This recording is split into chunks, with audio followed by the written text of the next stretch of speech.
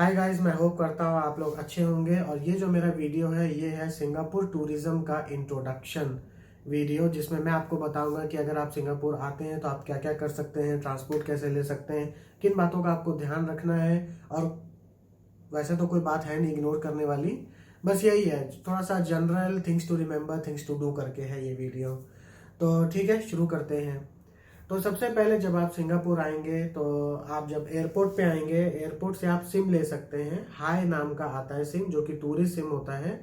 और वो सिम होता है मेरे ख्याल से $10 से $15 का। अच्छा, जब मैं डॉलर की बात करूंगा तो मैं सिर्फ सिंगापुर डॉलर की बात करूंगा, यूएसडी की बात नहीं करूंगा। ठीक है। तो हाँ, जो सिम आता है वो हाई के नाम से आता है।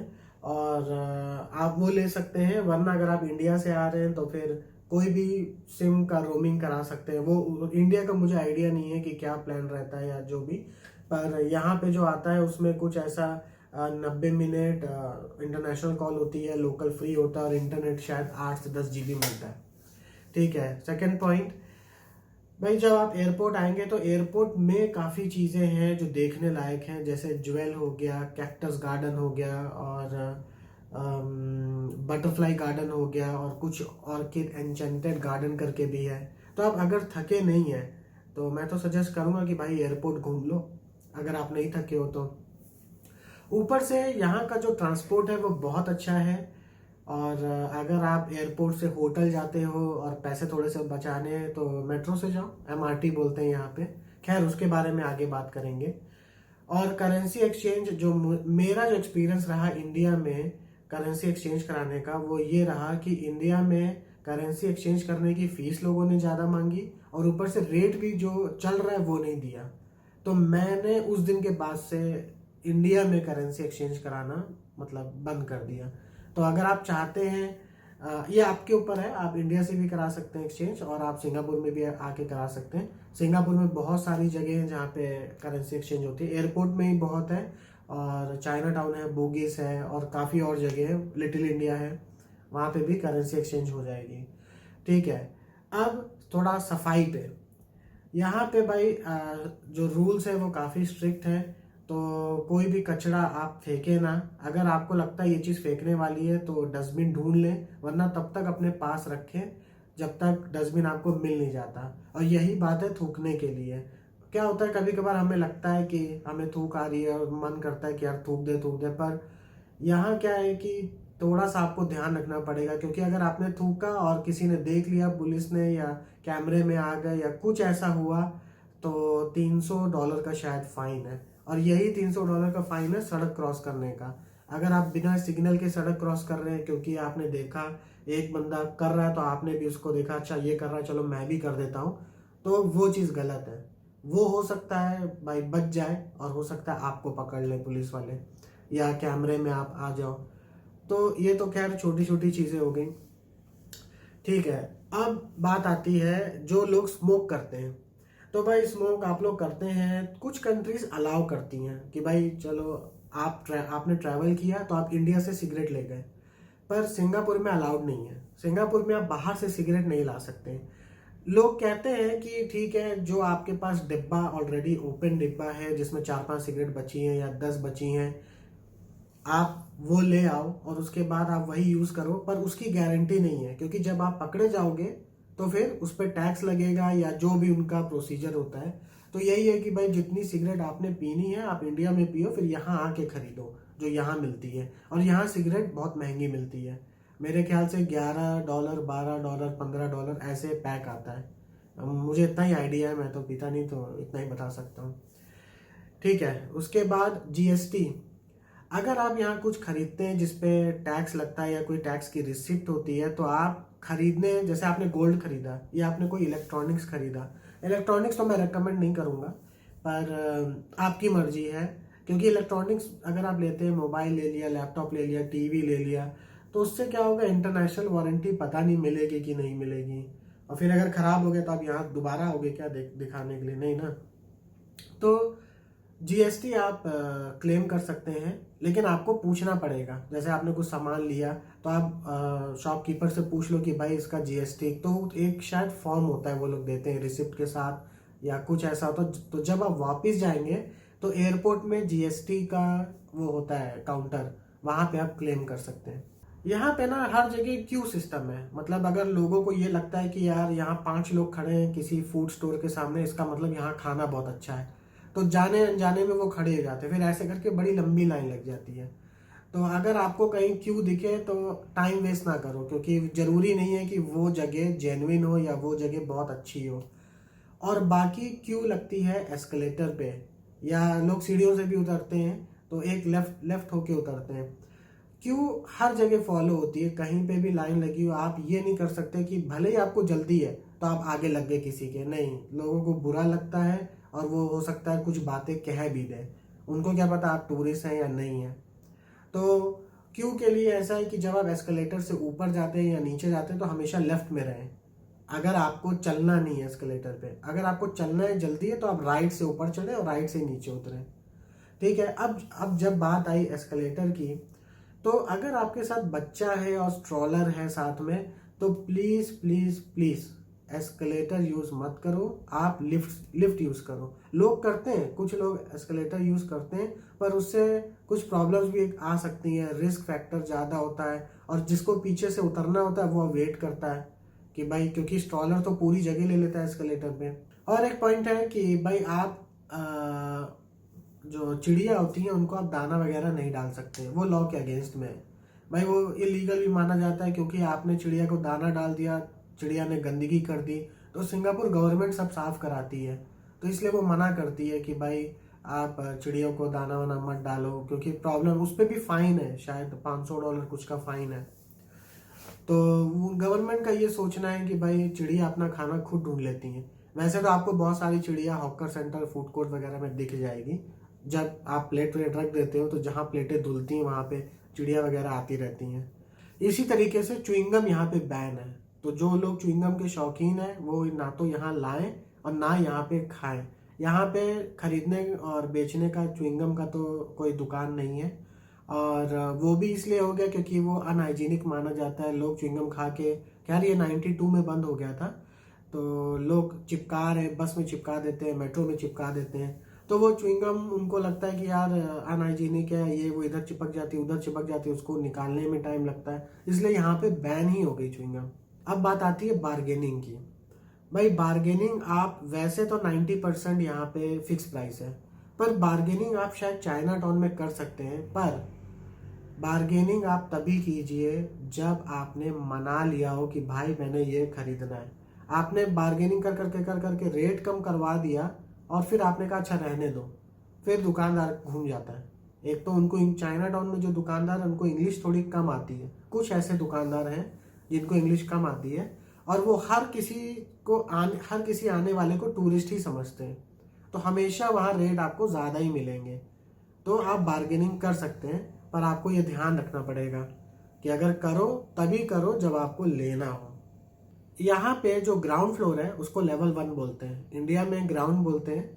तो हो सकता है कि आप कहीं पे जाएं और किसी से पूछें कि भाई मुझे फला दुकान में जाना है, और वो आपको कहते हैं कि लेवल 3 पे है, तो आप ग्राउंड 1 2 3 ऐसे जोड़ेंगे तो आप लेवल 4 पे पहुंच जाएंगे।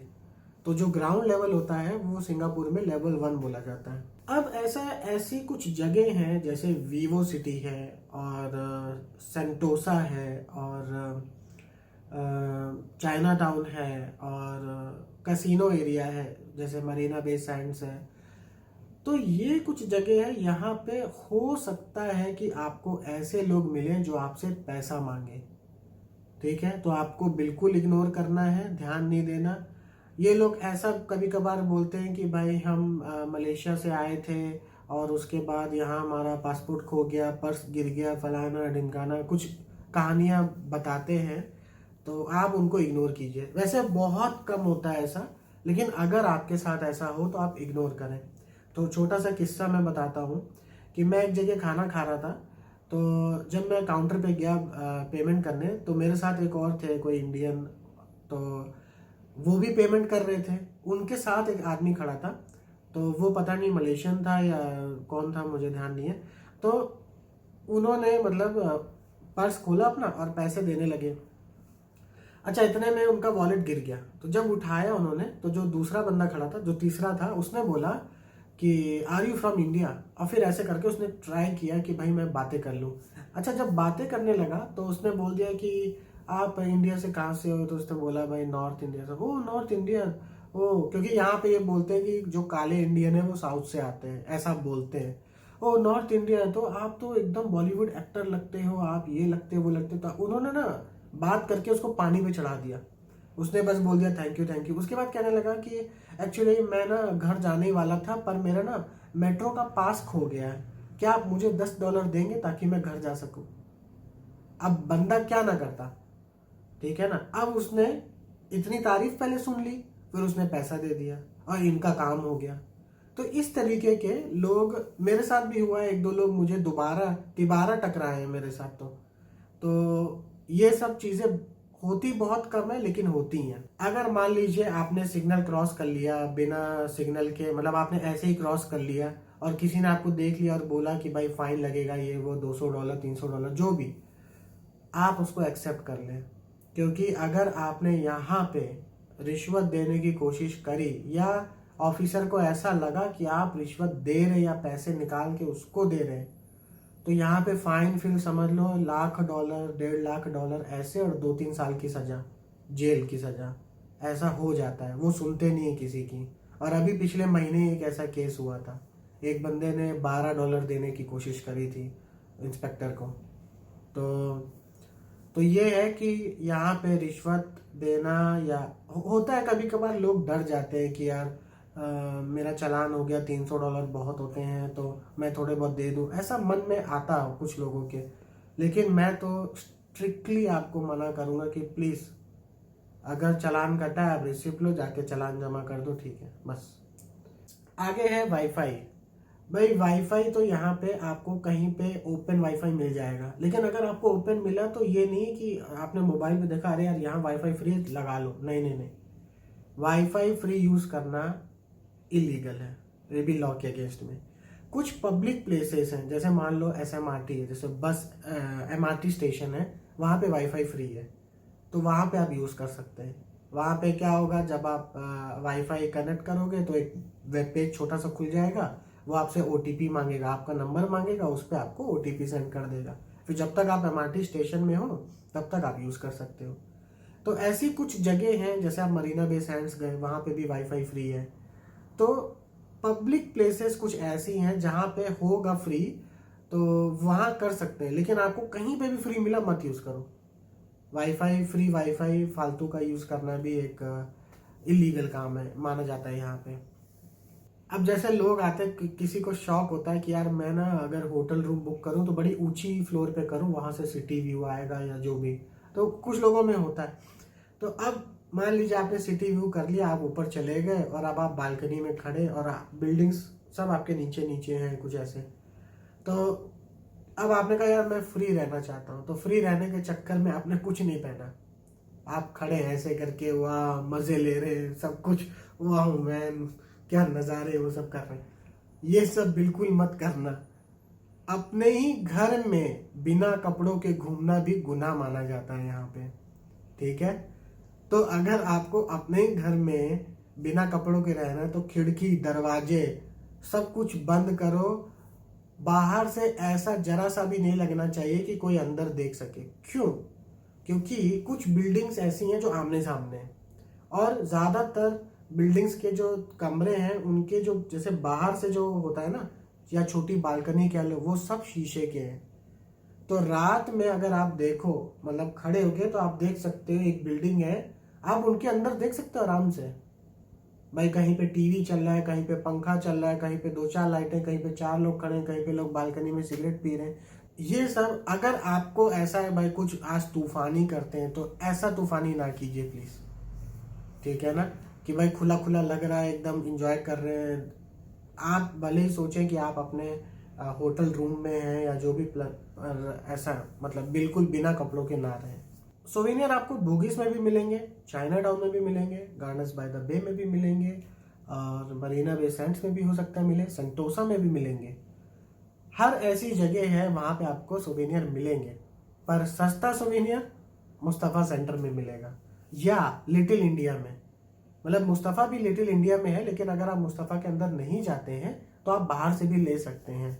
और शॉपिंग के लिए जैसे आप लोग आते हैं तो आपको लगेगा कि यार हम ना चॉकलेट्स वगैरह ले जाएं, तो घर पे छोटे बच्चे हैं या किसी को दे देंगे, पड़ोसियों को दे देंगे। तो सस्ती चॉकलेट जो मिलती है वो है एक डॉलर वैल्यू करके दुकान है। डॉलर वैल्यू और ABC स्टोर, ऐसे 2 दुकानें हैं जहाँ पे हर चीज़ $1 की है। तो वहाँ पे आपको चॉकलेट्स मिल जाएंगी जो आप इंडिया ले जा सकते हो। पर चॉकलेट्स की बहुत ज़्यादा वैरायटी नहीं है, लेकिन फिर भी आपको मिल जाएंगी। और उसमें बहुत सारी स्कीम्स चलती हैं, buy 1 get 1 free, buy 2 get 3 free, ऐसे करके टाइम टू टाइम स्कीम्स चलती रहती हैं। तो ये तो हो गया सारा शॉपिंग का। अब बात करते हैं फूड की। अगर आप प्योर वेजिटेरियन हैं तो भाई little India is the best place for you to eat. तो उसके बाद अगर आप नॉनवेज भी खाते हैं तो इंडियन मुस्लिम या इंडियन मले शॉप्स होती हैं, वहाँ पे आप खा सकते हैं। इंडियन मले शॉप्स में प्योर वेजिटेरियन के लिए मैं नहीं कहूँगा, क्योंकि उनके पास जैसे तवा होता है ना, तो अगर आप कहोगे भाई मुझे पराठा दे दो, पहली चीज़ तो वहाँ मैदे का मिलेगा। जो इंडिया में मिलता है पराठा या जैसे जो हम घर पे बनाते हैं आटे वाला, वो नहीं मिलेगा आपको। वो सिर्फ आपको लिटिल इंडिया में मिल सकता है, लेकिन हाँ, लिटिल इंडिया में मिल सकता है। तो अब जैसे आप इंडियन मले शॉप में गए, आपने बोला कि यार मुझे ना एक अंडा चाहिए और मुझे पराठा चाहिए, तो वो कहेगा ठीक है। तो एक ही तवे पे ही वो अंडा भी बना देगा, उसी पे पराठा बना देगा, ठीक है। अब किसी ने कहा कि मुझे ना चिकन फ्राई चाहिए कुछ भी, या गरम कर दो चिकन को, तो कुछ मले शॉप्स में माइक्रोवेव होता है, कुछ में नहीं होता, ठीक है। तो वो क्या करते हैं, उसी कढ़ाई उसी उसमें तवे पे ही गरम कर देते चिकन। तो मुझे नहीं लगता कि वो प्योर वेजिटेरियन माना जाता है या नहीं, क्योंकि यहाँ पे लोगों की एक अंडरस्टैंडिंग इस तरीके की है कि मान लीजिए आपको चिकन बर्गर खाना है, या किसी ने आपको चिकन बर्गर ला के दे दिया पर आपको वेज बर्गर खाना है, तो वो चिकन की जो टिक्की है वो निकाल के आपको बर्गर दे देगा, लो भाई तुम्हारे लिए वेज बर्गर। ये ऐसा होता है यहाँ पे, लोगों की थोड़ी बहुत ऐसी सोच है। फिर ऐसे लोग दाल कहते हैं। यहाँ पे 2 चीज़ें हैं, दाल और दालचा। तो दाल होती है नॉर्मल दाल, और दालचा होती है दाल जिसमें मटन के पीसेस होते हैं। तो कभी आप खाओ तो आप पूछो कि भाई ये दाल है ना, तो वो कहेगा ठीक है, हाँ दाल है। और इंडियन मले शॉप्स आप पहचानेंगे कैसे? पहली चीज़ उनके नाम से, और उनका जो बोर्ड होता है ना, जो दुकान का बोर्ड होता है वो ग्रीन कलर का होता है, तो वो आपको आसानी से पता लग जाएगा कि हाँ भाई। और उसमें लिखा भी रहता है इंडियन मुस्लिम शॉप या मले शॉप, कुछ ऐसे करके लिखा भी रहता है। और यहाँ पे कुछ फेमस है, जैसे नासी लमक एक फेमस है, वो इंडोनेशिया का है शायद, लेकिन यहाँ पे लोग खाते हैं। तो नासी लमक में वो आप देख लीजिएगा, नासी लमक में चावल होते हैं, मूंगफली देते हैं, चिकन का एक लेग पीस होता है, और सांबल होता है। सांबल अचार बहुत अच्छा है, मैं सजेस्ट करूंगा कि जब आप इंडिया जाओ तो सांबल अचार लेके जाओ। लाल मिर्च का अचार होता है, लेकिन इसमें भी बहुत वेरिएंट आते हैं, चिकन का भी आता है, फिश का भी आता है, प्रॉन का भी आता है, और नॉर्मल भी आता है। तो अगर आप प्योर वेजिटेरियन है तो आप नॉर्मल वाला ले जा सकते हैं, मुस्तफ़ा में मिल जाएगा आपको। और फिर एक यहाँ की एक डिश है जिसको पोपिया बोलते हैं। पोपिया एक रोल टाइप का होता है, और उसमें फिलिंग कर देते हैं घास फूस डाल के, मतलब वो अच्छा होता है, लेकिन ज़्यादा महंगा नहीं, मेरे ख्याल से $1.8 या $2 का ऐसे आता है। और जैसे मैगी है, तो अगर आप कहोगे कि भाई मुझे मैगी खानी, तो वो मैगी में आपको चिकन बना के देगा, चिकन मैगी देगा बाय डिफ़ॉल्ट। तो आपको बताना पड़ेगा कि भाई वेजिटेबल मैगी चाहिए। और अगर आप कहो मैगी में पानी चाहिए तो उसको मैगी सूप बोलते हैं। तो मैं कुछ डिटेल्स शेयर कर दूंगा, डिस्क्रिप्शन में भी डाल दूंगा, थोड़ा बहुत रेट्स भी अगर होगा तो मैं उसमें डाल दूंगा। तो खाने का तो बस यही है। और खाने में स्ट्रीट फूड भी है, आपको चाइना टाउन में भी मिल जाएगा, और साते वगैरह आप ट्राई कर सकते हो, और बुगीज में भी मिल जाएगा। तो खाने की तो कोई दिक्कत नहीं है, 24 घंटे खाना अवेलेबल है, बस ऐसा होना चाहिए। अब बात करते हैं ट्रांसपोर्ट की।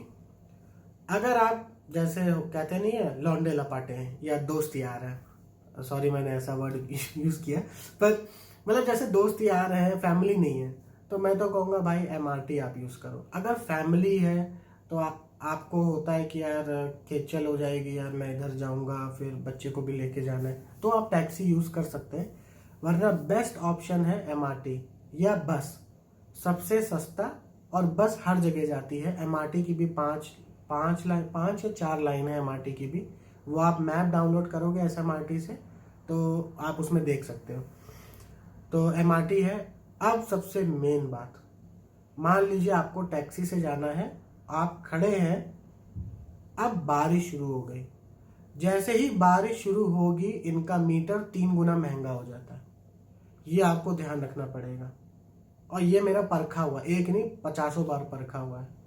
तो ये आप कर सकते हैं, जैसे आपने टैक्सी बुक करी, बारिश हो रही है, आप एक बार टैक्सी का वो ग्रैब ऐप यूज होता है, यहाँ पे ग्रैब आप चेक कर लो कि आपको यहाँ से यहाँ जाना कितना खर्चा आ रहा है। तो मान लो जैसे $20 आ रहा है, मान लो। अब बारिश बंद हो गई, मतलब हो सकता है 10 मिनट में बारिश बंद हो जाए। तो अब अगर बारिश बंद होगी दोबारा चेक करो, तो देख लेना वो जो $20 था या तो उसका 11 हो जाएगा, या 9 हो जाएगा, या 12 हो जाएगा, रेट कम हो जाएगा। तो बारिश में एक्स्ट्रा चार्ज होता है। और अब वैसे तो आप मेट्रो यूज़ कर सकते हैं, MRT सबसे बेस्ट ऑप्शन है। तो ये हो गया ट्रांसपोर्ट। वैसे मेरे अभी तक के सिर्फ 100 सब्सक्राइबर हैं, और बहुत बहुत थैंक यू जिन्होंने सब्सक्राइब किया मेरे चैनल को। और ये जो मेरी सीरीज़ है ये पूरी सिंगापुर बेस्ड होगी, जिसमें मैं कुछ जगह ट्रैवल करूँगा विद इन सिंगापुर, और मैं बताऊँगा कि वहाँ पे आप क्या कर सकते हैं, क्या नहीं कर सकते, और जितना हो सकेगा मैं अपनी डिटेल शेयर करूँगा। और अगर मैं कुछ भूल गया तो वो डिटेल मैं डिस्क्रिप्शन पे ज़रूर डाल दूँगा। तो आप जब भी मेरा वीडियो देखें तो डिस्क्रिप्शन को देखना ना भूलें। और मैं होप करता हूँ कि ये वीडियो आपको अच्छा लगा होगा, और अगर अच्छा लगा हो तो प्लीज़ इस वीडियो को ज़्यादा से ज़्यादा शेयर करें, और सब्सक्राइब भी कर सकते हैं, क्योंकि अभी तो 100 ही हैं। हो सकता है इस सीरीज़ में मेरे और सब्सक्राइबर बन जाए और मैं ज़्यादा से ज़्यादा इन्फॉर्मेशन आप लोगों के साथ शेयर कर सकूं सिंगापुर के बारे में। और बस कोविड का वेट है, कब ख़त्म होगा, कब लोग ट्रैवल करना शुरू करेंगे। ठीक है गाइस, मुझे बहुत अच्छा लगा इतनी बातें शेयर करके। तो फिर मिलते हैं एक नए वीडियो के साथ। So till then bye bye, and thanks for watching.